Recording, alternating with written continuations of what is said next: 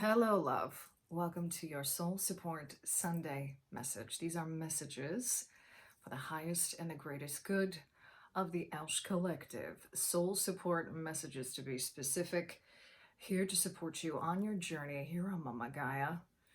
Part of all for the Elsh Collective, I should say. Empaths, light workers, starseeds, and healers, awakened and awakening souls. Know that if this message has found you or you have found it, that there is something here for you. That is always the intention that I put into these messages. And for those of you, for you who are returning here, thank you for being here and a part of this family. Sending each and every one of you so much love wherever you are here on Mama Gaia. We're going to get right into this. Commander Ashtar here. We are looking at the concept of timelines. He wants to come in to debunk this. I am going to link here. He did come through for the Feeling Fridays message with regard to this and touched upon something very briefly there. So you may want to take a look at the Feeling Fridays message with regard to that, because it's connected to what's going on right now energetically. We have a lot of Aquarian energy really amping up. We're going to have a stellium moving forward in Aquarius. I can't remember the exact date off the top of my head. He's saying to me we're already feeling the energy shifts with that regardless. And just like with a full moon, whenever those energies are sort of at a peak during the full moon, there is always that time and space. This is specifically how he's showing it to me. Before and after that, this residual energy that reverberates after that. And if you're attuned specifically to those frequencies and those energies, you're going to feel them much more potently and for a longer period of time than if you're not. And this is one of the reasons why he's sharing this with us now. One of the reasons why some people are just more sensitive, for example, to lunar energies and also astrological forces and frequencies is how he's showing it to me. So I'm hearing Uranian age, okay? And I've heard this used before in certain astrological circles, and I believe it could even be like those who practice and study evolutionary astrology. That's a phrase that's used, if I'm not mistaken. And it has to do with Uranus being the modern ruler of Aquarius. Uranus symbolizing, well, Uranus he wants me to share this. Uranus comes from the Greek word uranos, which in Greek means sky, okay? We use that word uranos, and sometimes we even use it as a calling out urane when we're speaking to the sky. It's the sky. It's this connection to something higher, to a more expanded realm, specifically is how he's showing it to me, because we often think of it in terms of higher from where we are. But if we're looking at it like a sphere blanketing, the sky blanketing Mama Gaia, this is just expansion. It is everywhere. It is all around us. It's like your auric field. It is all around you. It is not just going up this way. It's going out this way. It's going down that way. It's going in every direction, okay? So one of the things that astrologically, again, you know how we have that phrase, he's saying out of the blue, when something happens out of the blue? Well, it's this idea of, it's so connected to us in a very kind of primal way, our connection to being a human. But even he's showing me galactically where things come out of the sky. They come seemingly out of nowhere, out of the blue. And there's a real emphasis here on the blue is what he's showing to me, this kind of energy or frequency. He by the way, he's reminding me, I'm working with blue kyanite, okay? I'm working with blue kyanite and bringing the frequency and the energy of blue kyanite into this reading now. he's showing me this color as being very, he's saying blue space, like how we understand blue space. He's showing me that this is a tool to help us connect to the concept of timelines.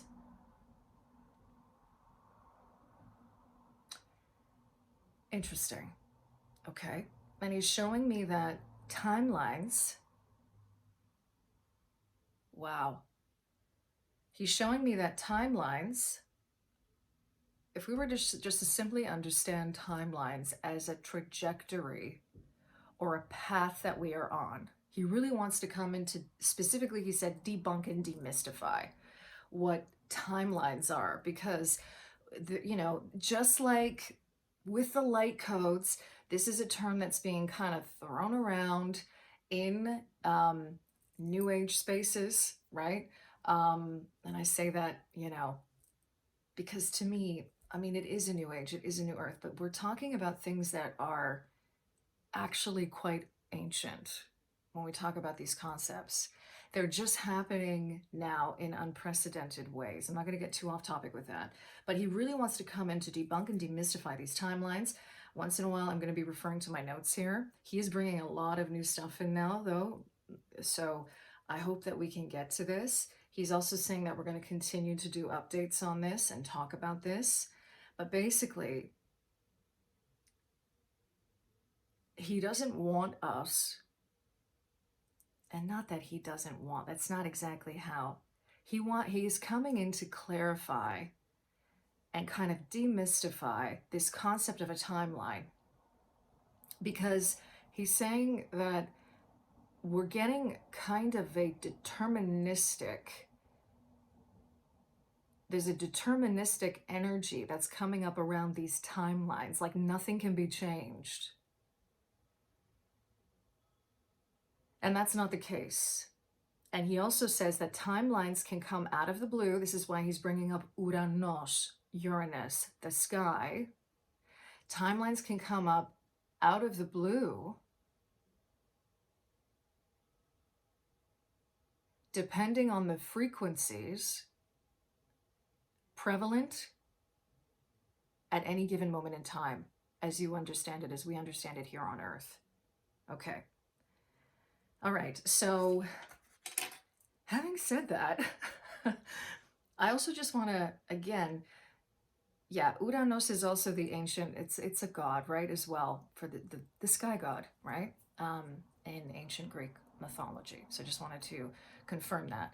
And Gaia, right, Ea, or in Greek, the word Yi means earth, and it is referred to as planet Earth. When we use that word in Greek, we're saying planet Earth, Yi, okay? That's how he's showing this to me. This really wanting us to understand this, there's an interaction going on here. So the frequency of Mama Gaia, of where we're at, frequency-wise, energy-wise, her frequency, and this concept of these timelines coming out of the blue from all around us. Time and space. Okay. Okay, so moving on from that now, he wants to, I'm going to get back to my notes. He wants to emphasize the heart and the heart space, the heart chakra, the energies of the heart and the frequency or frequencies, he's even saying, of love. Because he's sort of giving me an analogy here of the different forms of love, just like in ancient Greece, like where we had philia, which was like considered more of a friendship love, more of a, what's referred to as platonic love. He's speaking also of erotas, eros, right? The love that we have that is more of an erotic kind of love, which he's saying we can't confuse and sexualize too much as well, in terms of, because even that has kind of been misconstrued, he's saying too. And we're talking about, he's speaking specifically here of something that we're magnetized to, something that pulls us in, something that we're attracted to or that attracts us. He wants to keep it really simple in that respect. We also have the Greek word agape, right?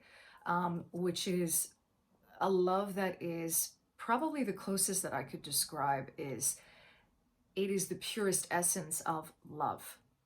Agape is very, very connected to the heart. It's very much a love of how we would understand unconditional love.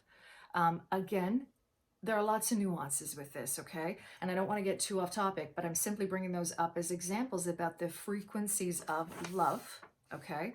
And coming back to the heart space and the connection to better understand how this is connected to accessing timelines. Specifically, he speaks about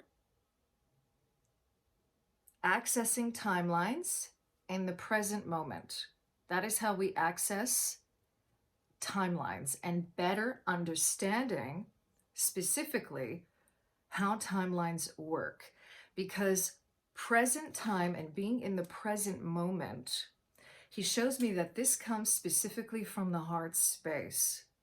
So meditating and focusing on the energies of the heart and the frequency of love and how that feels in our body is how we begin to come to understand source time, infinite time, limitless time, galactic time, and how this is thus moving forward connected to accessing timelines and how timelines work. Okay, so he's saying we need to kind of start before we start getting, it's like you can't put the cart ahead of the horse. You've got to understand first how time truly works and the illusion of time. And you would even, wow, he's even saying to me, even the word time, like when you're applying it to source, like when you're saying source time, really it's presence. It's source presence. Time and space combined. I'm just going to make a note of that because I didn't write that down, but that's what's coming through now. Time and space combined. He's also showing me, interestingly enough, and I'm going to write it here, the glyph for the, well, I mean, let me just put it up first. He's showing me this symbol. This is a sacred geometrical symbol. Okay. We have to start with the idea or the concept of presence. Let's start there.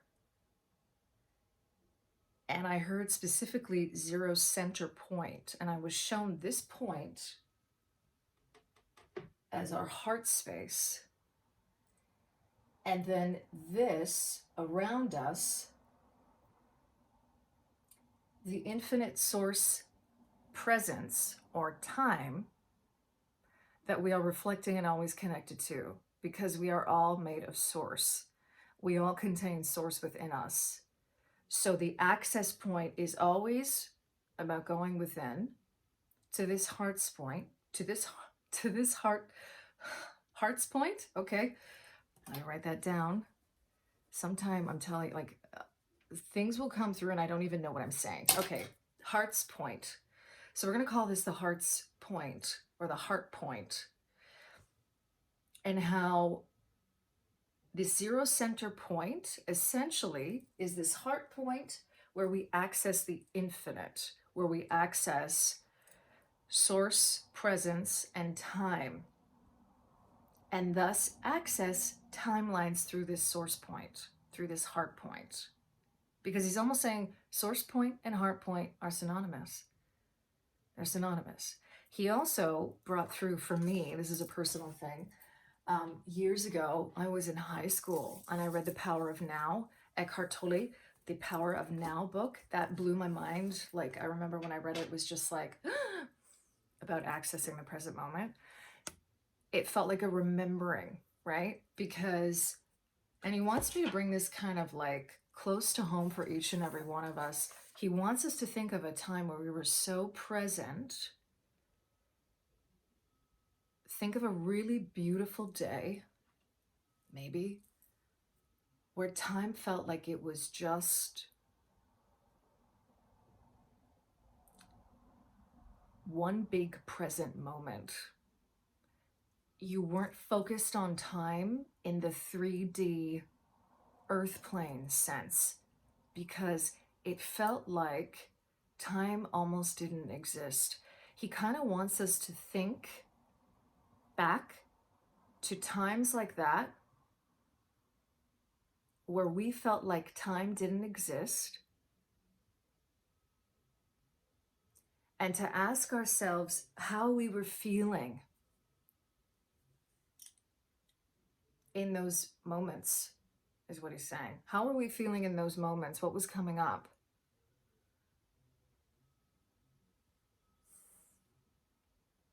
I keep on hearing 0 point center. I'm even hearing 0 point gravity. I'm not too sure what that means. He's okay, so he's showing me something being suspended in space. That 0 point kind of gravity where we're just like, where something feels like it's floating.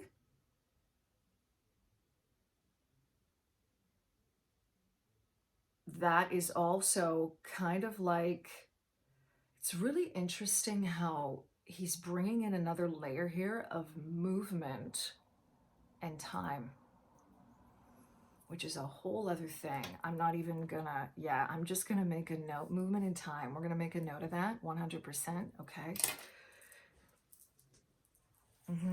So what we're going to do now simply is really focus on this idea of presence and accessing. We have to first understand the true nature of time, because it is not, when I say that and I and I do this, it's because our idea of time is not our idea of time. Is not the idea of time. It's we are understanding it through a specific set of mechanisms of consciousness. That's how we're understanding time on this 3D plane. And we have to first understand how time works before we start going off about the timelines. Because timelines are, again, quite simply put, a trajectory that we are on, a path that we are on.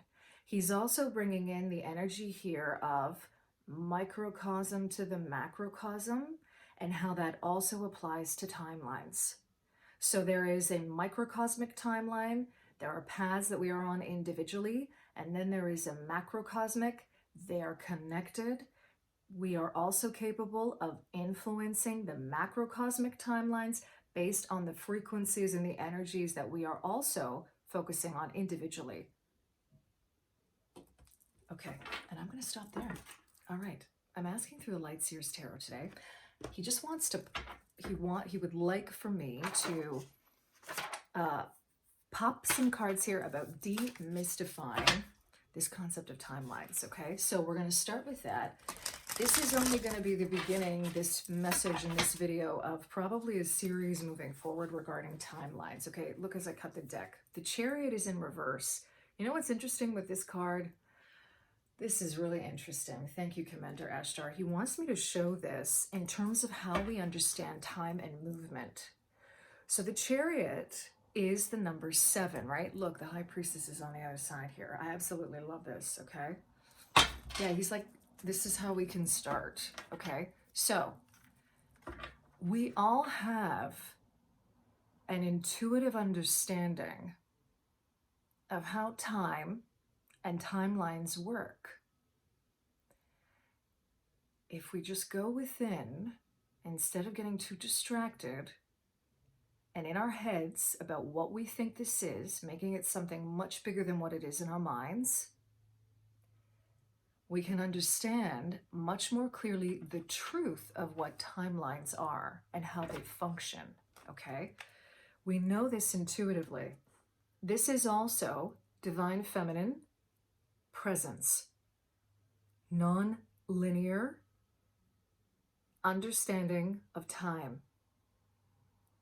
The moon is the cyclical understanding of time and how time works. This is another way he's showing me we can also, as a side note, understand the true nature of time. It is cyclical. And he's directing me back to this. It's cyclical and it is expansive.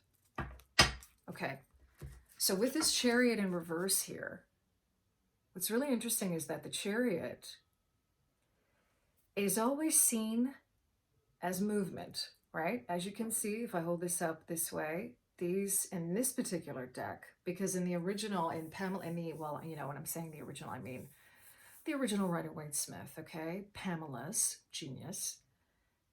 It looks almost as if the charioteer and the two sphinxes are standing still. And the number 7 throughout all of the tarot, including the minor arcana, even we could argue even in the Tower, right? Because the Tower is 16, that reduces to a 7. In the 7, there's always a moment of pause, like in the 7 of Cups, like in the 7 of Pentacles, the 7 of Wands, the 7 of, you know, Swords, right? What's happening?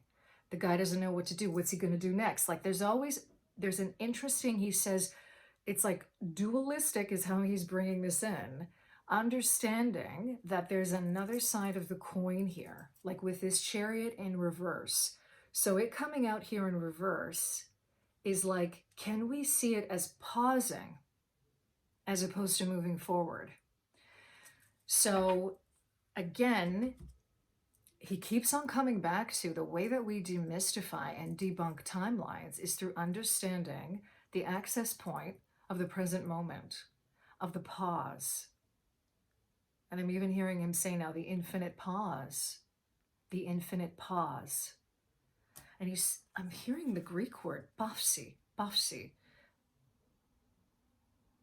There's something deeper here, and I'm gonna have to do some research on this, because he's showing me like this is a very, when you look at the etymology even of that word, right? Because pause comes from bafsi, and bafsi is this idea like, whoa, hold up, bafsi, pause, but it's also having to do with something in the breath he's showing me. So the breath is another way that we can understand presence and cyclical time through our own breathing and through breath work.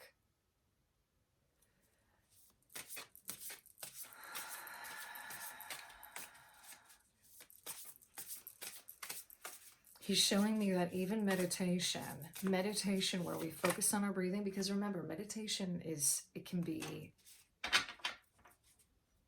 so many different things, okay?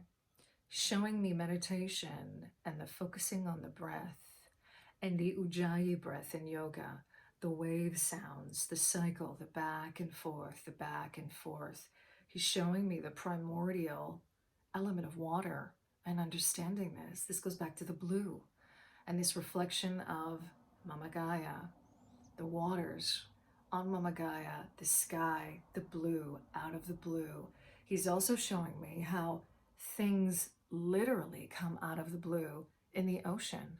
If you've ever watched people who work with, you know, who are like divers, who are either working with whales or even sharks in the water, underwater, they talk about this concept of like, you don't know, you cannot discern space. And he's saying that's like time. Like you cannot discern space when you're in the water, deep in the water. Everything just looks, you can't. And a lot of that also, he says, has to do with the absence of light, like the deeper you go. That's fascinating. Okay. Wow. Okay. So he's saying that applies as well. Okay. He just wants me to keep on moving on. All right. So we've got the Page of Pentacles coming out in reverse. Okay. He's showing here with this Page of Pentacles in reverse that we need to also look at this from a completely new perspective in terms of the physical reality, because he's showing us struggling with trying to understand timelines from a physical vantage point And that's not where to start in order to understand it. We've got the Two of Wands, the Knight of Wands, beautiful, and the Seven of Wands. All wands coming out now. So he's pointing me to the energy of spirit and again, our hearts, because this goes back to this sort of interesting. It's going back to what we were talking about earlier with the different frequencies of love. And he's actually showing me Eros now in terms of attraction with these wands energies coming out. Okay. So what's interesting is this Two of Wands is always a card of vision. It's always a card of vision. And he's saying, okay, these are little preambles now before we get into expanding on this in terms of understanding it more deeply. He's speaking specifically here, oh man, about the microcosm to the macrocosm again, and the visioning that we have with regard to when we visualize something that we want to happen or take place. Visualization and the power of visualization is connected to timelines and the creation of timelines. And what's interesting here is the two is coming out because he's showing that this is relational. And it's also related, going back to this idea of frequency, to the macrocosmic timelines, the greater timelines here on Mama Gaia, and then our own individual timelines on our journeys here as souls. Because he keeps on pointing me back to this globe and how it's all connected. So two, really emphasizing the number two here in terms of relational. It's relational. So there's something about here in terms of these timelines being relational. So they can, in effect, they can change, right? They can always change. He keeps on coming back to this. Like, it's like they're not, this is not this kind of old kind of concept of things just being so static. This is why he's bringing up Uranian age compared to the Saturnian age. Because the Saturnian age was very much energetically aligned to this idea of things happening very specifically in the future in a certain way, and that it was like unchangeable, nothing could be changed. This idea, he's actually saying quite simply, not being able to change anything. He's showing that that's false. That's a false program. That is a false program. It's a false program. It's a false way of thinking. Okay, so with this Knight of Wands, this is about coming into an energy of being more aligned to the things that we are moving towards in our visions and what we see in terms of what we are envisioning and the creation of that. The Knight of Wands moves in that direction. He moves in the direction of the vision. She moves, because I love how in this deck it's a woman, right? And she's dancing, singing to the beat of her own drum. And what's crazy is she's got 4 wands around her, and I love that because there's a nod here to so many different things, like the 4 of Wands in the tarot, the celebration, the stability of spirit in the 4 of Wands, right? Excuse me. He's pointing me to the horse now. Okay, so the energy of the horse here, the energy of movement and freedom.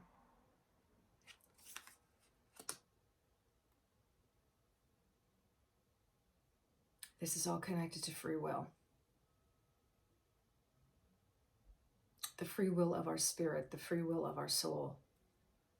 And I love how we have a 7 coming out here, because that's being reflected in the chariot that came as we cut the deck. As I cut the deck. As we cut the deck. Yeah. So this is an energy here of, you see, what's she doing? Access point, present moment is what he's showing me. It's interesting because her solar plexus is being illuminated in this card. And then he's showing me how this fire is moving up into her heart in this card.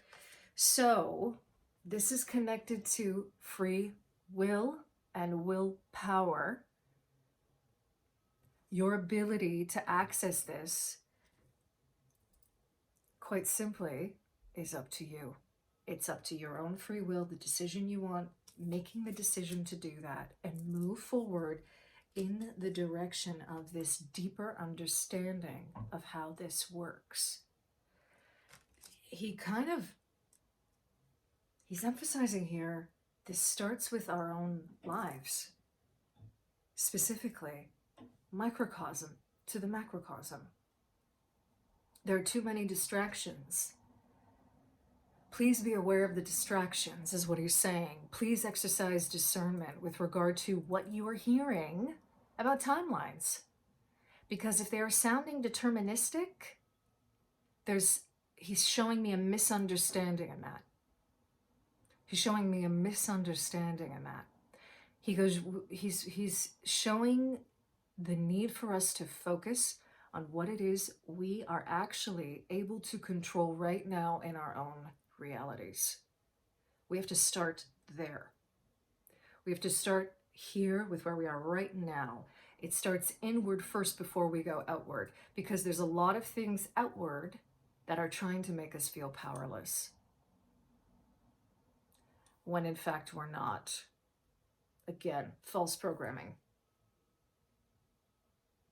False programming. Okay, I'm going to end it there. I realize that this does not cover. He's saying to me, like, of course it doesn't. That's why we're going to get back to it. So don't. This is me wanting to have everything done for you in one message, okay? We will come back to this, okay? I hope that this has helped in some way to better understand this. Meditate on this symbol. There's something in this symbol.